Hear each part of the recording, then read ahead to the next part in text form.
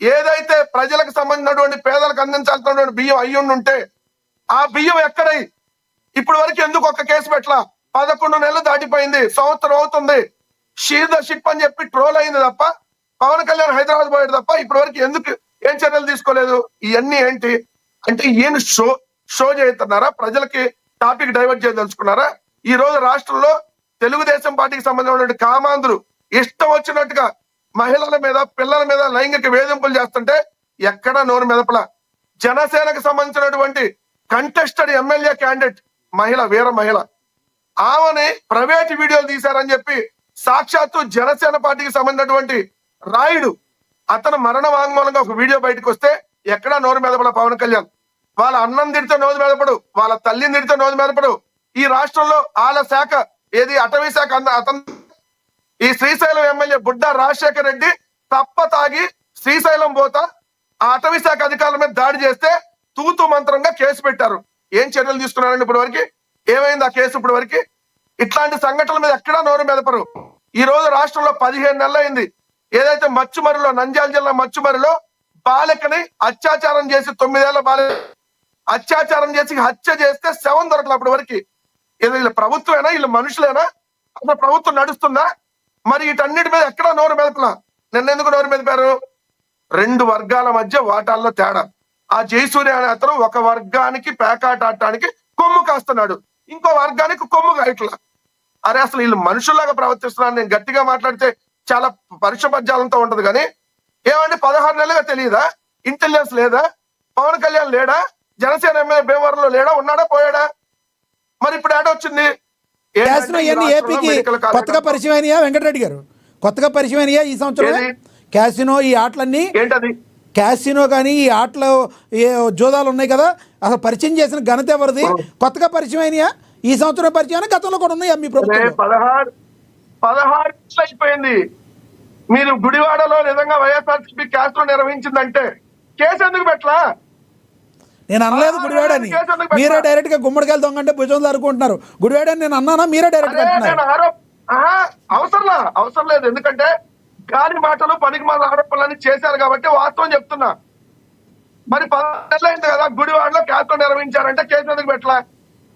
అంటే వాళ్ళు చేసిన తప్పుడు ఆరోపణలని అర్థం కదా.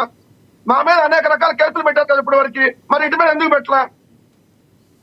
చెప్పండి సార్. నేను నెగిటివ్ మాట్లాడుతాను, మీరు న్యూట్రల్ గా మాట్లాడండి. నేను ఎప్పుడు న్యూట్రల్ గానే ఉంటాను సార్. మీరు అడిగిన దానికి మీరు క్వశ్చన్ సమాధానం కాదు. నేనేం అడిగాను? మీరు ఇప్పుడే కొత్తగా వచ్చినాయా క్యాసినోలు గతంలో ఉన్నాయా అని అడిగా. మీరే కంగారు పడి మీరే భుజాలు తడుముకుంటున్నారు. నేనేం వైసీపీని టార్గెట్ చేసి అడగలేదే. నేను న్యూట్రల్గానే ఉన్నా. గతంలో ఉన్నాయా ఇప్పుడే వచ్చినాయా అని నేను అడిగా. మీరే గుడివాడలో ఆడించలేదు, అంతకుముందు కొడాలి నాన్నగారు చెయ్యలేదు అని మీరే అంటున్నారు. మా మీద విపరీతమైన ఆరోపణలు చేసి, చాలా ఓవర్ యాక్షన్ చేసి, చాలా అతి చేసి, చాలా కంగారు పడి చేశారు కదా. అందుకని ముందే వాళ్ళు కంగారు పడకుండా నేను చెప్తున్నా. అరే 16 నెలలు అయింది కదా గుడివాడలో కేసు ఎందుకు పెట్టలా? ఒకవేళ నడిస్తే అంటే నడవలేదు లేదా మీరు పెట్టేవాళ్ళు కదా. ఇంకా 3.5 ఏళ్ళ టైం ఉంది, పెడతారా? దమ్ముందా? ఏమన్నా చేయగలరా? ఇన్ని రకాలు అడుగుతున్నా. కంగారు ఎందుకు? ఇప్పుడు నేను అడిగినాను క్లియర్ గా. భీమవరం ఎమ్మెల్యే ఎవరు? జనసేన కాదా? మరి ఎమ్మెల్యేకి తెలియకుండా అక్కడ పేకాట కేంద్రాలు నడుస్తాయా? ఏ సార్ మీరు జర్నలిస్ట్ కదా, మీరు చెప్పండి. ఎమ్మెల్యేకి తెలియకుండా ఆ నియోజకవర్గం ఏమన్నా జరిగిద్దా? అధికార పార్టీ ఎమ్మెల్యే, అపోజిషన్ అంటే జరగకుండా జరిగింది చూడు. అధికార పార్టీ ఎమ్మెల్యేకి తెలియకుండా ఏమైనా జరిగిద్దా? మరి ఇవన్నీ చెప్పాలి కదా సమాధానం. రైట్. రోజు పేపర్ లో అనేక వార్తలు ఈ భీమవరం కావచ్చు, అనేక నియోజకవర్గాలు కాబట్టి వచ్చినా ఏ రోజు ఎందుకు స్పందించాలా? ఇన్ని అంశాలు జరుగుతున్నా ఎందుకు స్పందించలేదు? మరి ఈ రోజు ఎందుకు స్పందించారంటే టాపిక్ డైవర్ట్ చేయాలి.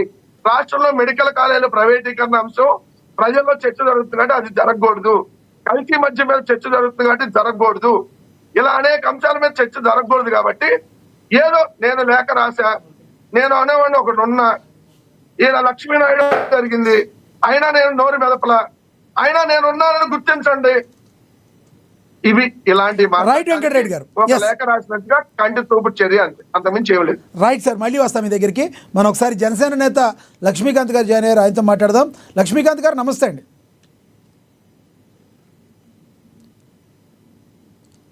లక్ష్మీకాంత్ గారు మ్యూట్లో ఉన్నారు, చూడండి, అన్మ్యూట్ చేయండి. నమస్తే. లక్ష్మీకాంత్ గారు, ఏదైతే పవన్ కళ్యాణ్ గారు ఇప్పుడు రియాక్ట్ అయ్యారో ఇది కేవలం కంటి తుడుపు చర్యల్లో భాగము, డైవర్షన్ పాలిటిక్స్ అంటున్నారు వెంకటరెడ్డి గారు. అసలు ఎమ్మెల్యేకి మీ ఎమ్మెల్యే ఉన్నారు, మీ జనసేన ఎమ్మెల్యే అంజిబాబు గారు ఎవరైతే ఉన్నారో ఆయనకి తెలవకుండా జరగదు, ఇవన్నీ వాళ్ళకి తెలిసే జరుగుతున్నాయి, కేవలం డైవర్షన్ పాలిటిక్స్